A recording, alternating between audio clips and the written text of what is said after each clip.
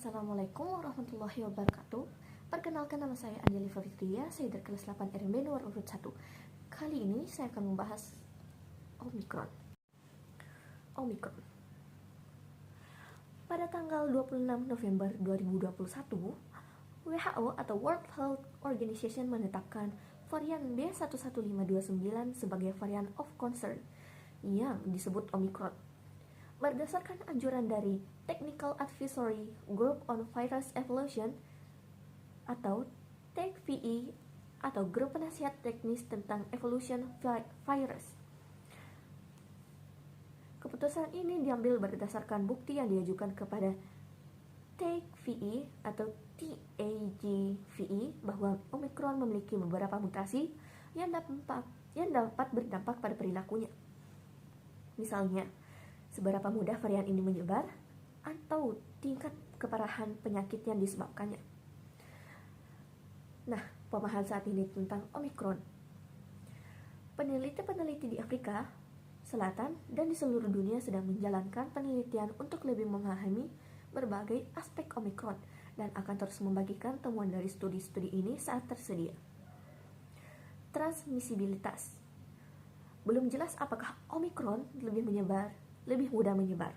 Misalnya, lebih mudah menyebar dari orang ke orang. Dibandingkan dengan varian-varian lain, termasuk varian Delta, jumlah orang dengan hasil tes positif di daerah-daerah di Afrika Selatan yang berdampak oleh varian ini telah meningkat. Tetapi, penelitian epidemiologis sedang dilakukan untuk menentukan apakah peningkatan ini terjadi akibat Omikron atau faktor-faktor lain. Tingkat keparahan penyakit. Belum jelas apakah infeksi Omikron menyebabkan penyakit yang lebih berat dibandingkan infeksi varian-varian lain, termasuk Delta.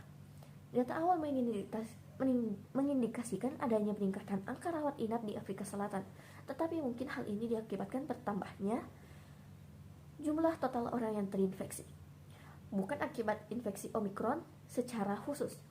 Saat ini belum ada informasi yang mengindikasikan bahwa gejala-gejala terkait Omikron berbeda dari gejala akibat varian-varian lain.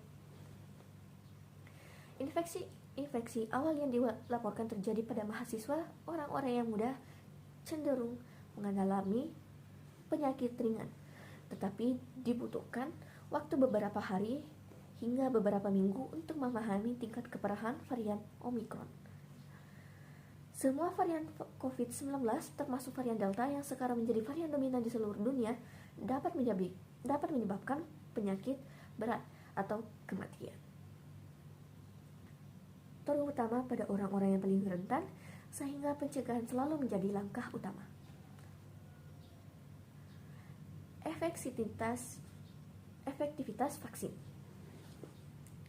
WHO bekerjasama dengan varian mitra teknis untuk memahami kemungkinan dampak varian ini pada langkah-langkah yang kita miliki, termasuk vaksin. Vaksin tetap penting untuk mengurangi penyakit berat dan kematian, termasuk melawan varian yang dominan menyebar, yakni Delta.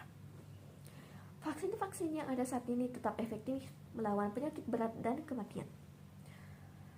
Efektivitas tes yang ada. Tes PCR yang banyak digunakan tetap dapat mendeteksi infeksi, termasuk infeksi Omikron, seperti yang telah kita amati pada varian-varian lain. Apakah Omikron berdampak pada jenis tes lain? Seperti tes deteksi antigen cepat sedang diteliti. Efektivitas obat-obatan yang ada. Kortikosteroid dan penghambat reseptor interleukin 6 akan tetap efektif untuk tata laksana pasien dengan COVID-19 berat. Obat-obatan lain akan dikaji untuk mengetahui apakah mereka tetap efektif dengan adanya perubahan pada bagian-bagian virus varian Omikron. Penelitian yang dilakukan. Saat ini, WHO berkoordinasi dengan sejumlah besar peneliti di seluruh dunia untuk lebih memahami Omikron. Penelitian yang sekarang sedang berjalan atau akan segera dijalankan mencakup kajian atas transmisibilitas, tingkat keparahan infeksi termasuk gejala-gejalanya, kinerja vaksin dan alat tes diagnostik, dan efektivitas obat-obatan. Anjuran tindakan untuk negara-negara. Karena Omicron telah ditetapkan sebagai varian of concern, WHO merekomendasikan negara-negara untuk mengambil beberapa tindakan, seperti memperkuat surveillance dan pengurutan genom dari kasus, membagikan sequence genom di basis-basis data yang tersedia secara umum, seperti GICAID atau GISAID, melaporkan kasus-kasus atau klaster-klaster awal kepada WHO, dan melakukan investigasi lapangan dan pemeriksaan laboratorium untuk lebih memahami apa yang Omicron memiliki karakteristik transmisi atau penyakit yang berbeda atau berdampak pada efektivitas vaksin, terapeutik, diagnosis, dan langkah-langkah kesehatan masyarakat dan sosial. Infeksi lebih lanjut dari pengumuman pada tanggal 26 November dapat dilihat di sini. Anjuran tindakan untuk individu.